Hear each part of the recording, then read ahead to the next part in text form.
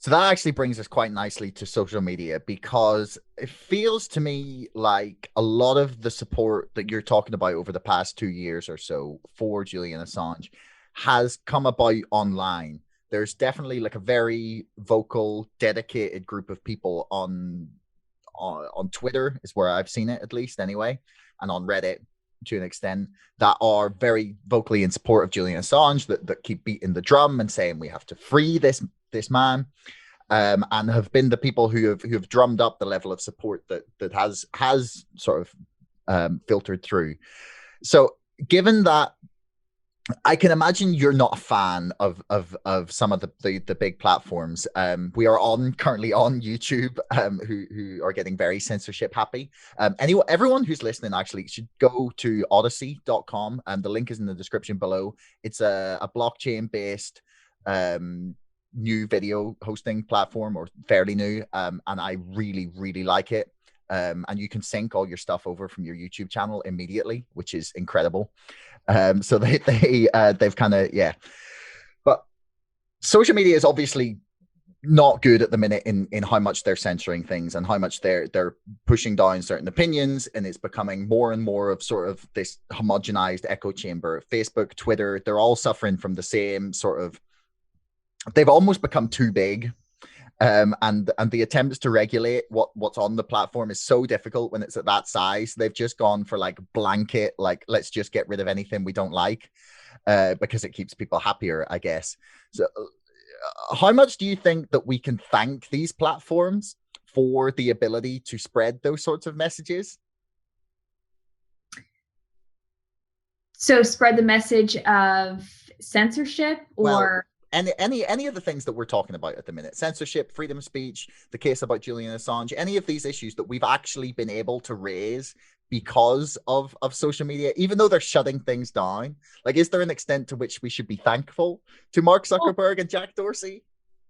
it's hard for me to say. But one thing is that social media is a very powerful tool with building social movements and to raise awareness. That's for sure. I'm very active on Twitter. I am always trying to raise awareness about various issues. For the most part, I can. I don't doubt that probably the content I put out is probably suppressed, but yes, I could still post for the most part content related to Julian Assange and COVID-19 to an extent.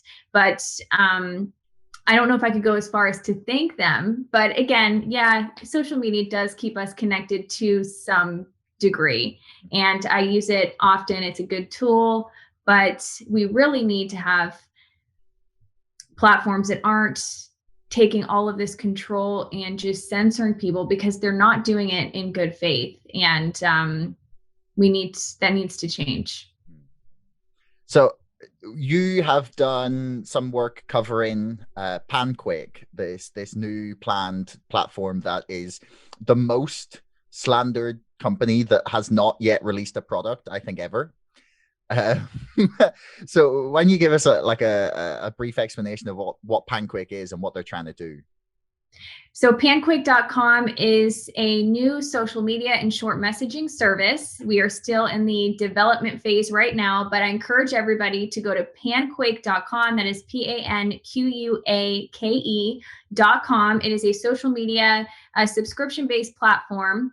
And for just $5 a month, you can have complete control of your online and social media experience. There will be no censorship besides illegal content, but that's not really censorship. There's going to be no censorship of ideas. It's not a left or right platform. It is for everybody. And it is a place where people in independent media can also monetize their content. And they don't have to worry about their followers being manipulated and their likes and retweets. Well, it won't be retweets, but that their likes and any of their interactions on this platform will be interfered with. That's not going to happen. So it's a great platform if you are a content creator, an independent journalist, and just an average member of the public who wants to have good relationships online and through social media, because Twitter will just unfollow people from each other, and then people feel that something happened between their friendship, and it causes real world harm. So that's why it's so important that we stay out of these stay out of people's online lives. So this is a platform that will save us all from big tech censorship. And I encourage everybody watching, go to panquake.com and also follow us on Twitter at pan_quake. I'll put the links for all that stuff in the description Thanks. below so people can find it real quick. It's funny that you use the word retweet. Like, we're really gonna have to like purge our mind. Reprogram Yeah, ourselves. Yeah. but seriously, there's so many words. Like I still use the word Google. Oh yeah, I'll just Google it. Even though I use DuckDuckGo now, I'm still saying Google it. Yeah. Like I'll be talking about, oh, I'm gonna make a YouTube video, even though the video isn't exclusively for YouTube, or Facebook me, or like all of those things. We're gonna have to like actually purge them from our mind when we start to move beyond these platforms, which I find amazing, that they've become like so ubiquitous in such a short space of time. Exactly. So the thing that I've been wondering about over the past couple, I don't know how long, after over the past while, is that if this censorship continues, the first people, and the people who have already left the major social media platforms, Facebook, Twitter, etc., tend to be, now this isn't exclusive anymore, given that there's more and more progressives being censored, but it tends to be people on the right, for whatever reason that is. The ideological stance of some of these companies in Silicon Valley, what is considered the acceptable Overton window these days, but for whatever reason, it seems to be mainly people on the right. And I have this concern that what it's going to do is that all of the people on the right will leave social media pretty much, and it will leave Twitter and Facebook as this monstrous echo chamber of the ideas of the left, and they will have no idea what's going on Panquake or Odyssey or what are the other ones? Bubble. There's lots of different like new minds, locals, that they will have no idea what's going on outside their little echo chamber. Like, do you think that the left will come along for the ride when we decide to abandon sort of more completely places like Facebook and Twitter and YouTube, or do you think they'll just be like, oh, thank goodness all the crazy people are gone? Unfortunately, I think many of them are in the latter group, where they are happy to see people that they disagree with purged from social media.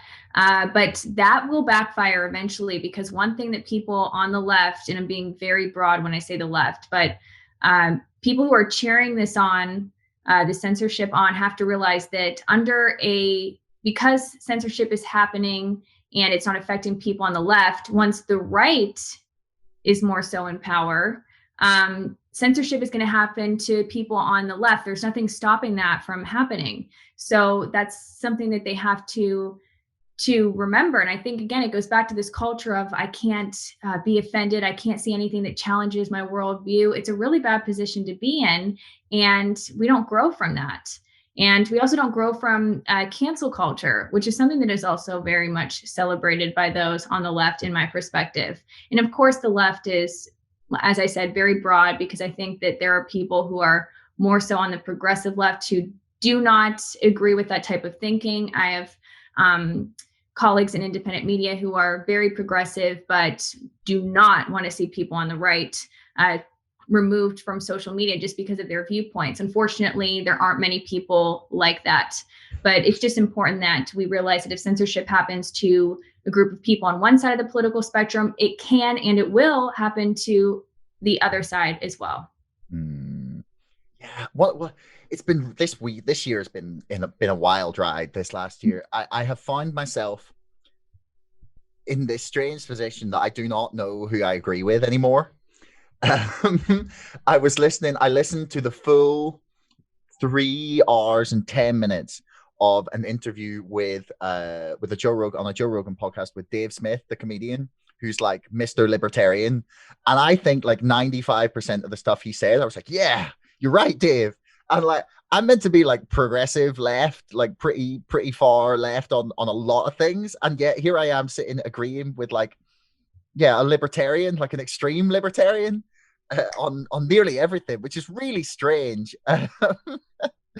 But I hear you. I think these labels just are meaningless at some point. They just become meaningless and they change over time as well. Yeah. Yeah, I think you're right. So do you think we should be thankful for COVID in a way, in that it seems to have, yeah, I know you're laughing, but I always try and find some kind of positives that we I can can see still that. get from Yeah. it. Um, can we thank COVID? I It's know you just for want to watch everything. it. It's like woken. It's woken so many people up, and it has given Silicon Valley the excuse to go in this like authoritarian censorship sort of mold that people said they were doing before, but it was a lot more subtle.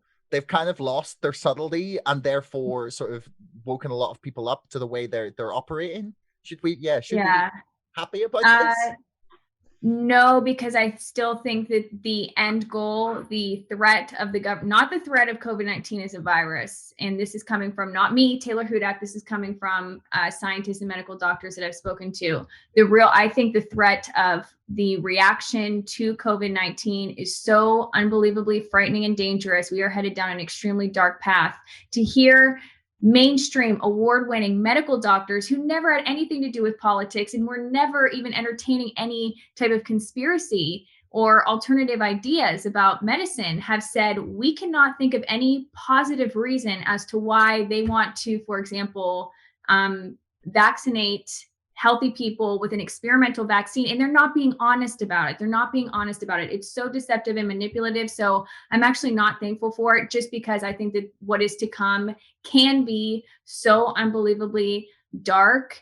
And while I think some people have maybe woken up, there's still a lot who are very fearful. And that is the fault of the mainstream press as well.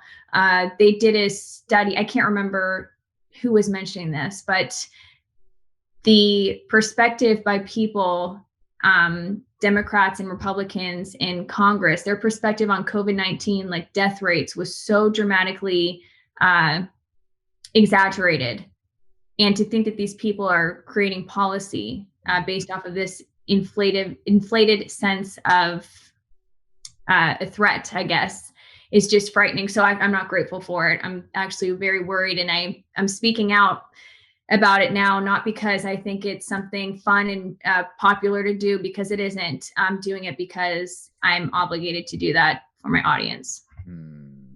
Yeah, I mean, the conspiracy theorists have really been right over the last year.